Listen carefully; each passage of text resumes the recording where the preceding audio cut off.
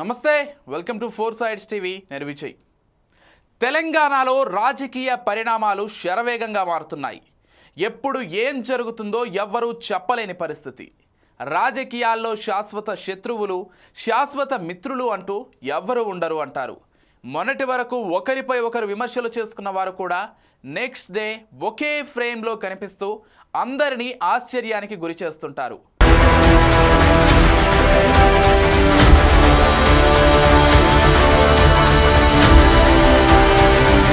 పాలిటిక్స్లో ఏదైనా సాధ్యమే అని నిరూపిస్తుంటారు.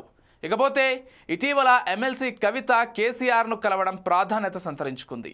కవితను గులాబీ బాస్ సున్నితంగా హెచ్చరించినట్లు బీఆర్ఎస్ వర్గాలు చర్చించుకుంటున్నాయి.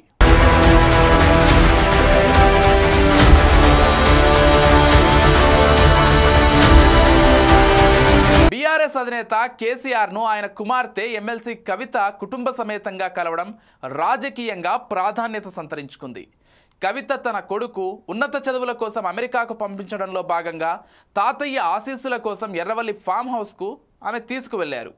కుమార్తె, అల్లుడు, ఆమె బిడ్డలను కలుసుకున్న కేసీఆర్ వారిని ఆశీర్వదించారు. అనంతరం కవితతో పర్సనల్గా చర్చలు జరిపినట్లు సమాచారం. ఇటీవల రాష్ట్రంలో జరుగుతున్న పరిణామాలు, తెలంగాణ జాగృతి కార్యక్రమాలపై ఆయన చర్చించినట్లు అత్యంత విశ్వసనీయ వర్గాల ద్వారా తెలిసింది.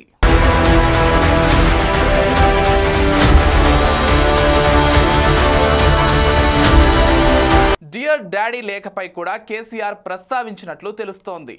పార్టీ లైన్ దాటిన వారిని ఎవరిని ఉపేక్షించేది లేదని, బిడ్డ పద్ధతి మార్చుకోవాలని కవితను సున్నితంగా కేసీఆర్ హెచ్చరించినట్లు తెలిసింది.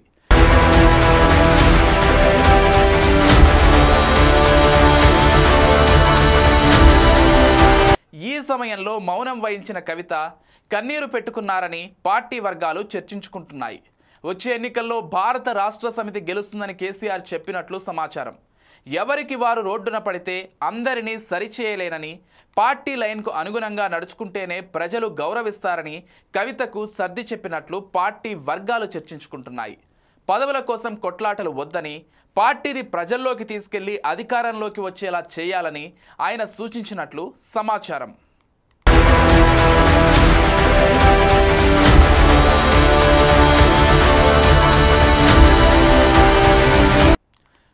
ఇక కేసీఆర్తో కవిత భేటీ తర్వాత ఏమైనా మార్పులు చోటు చేసుకున్నాయా?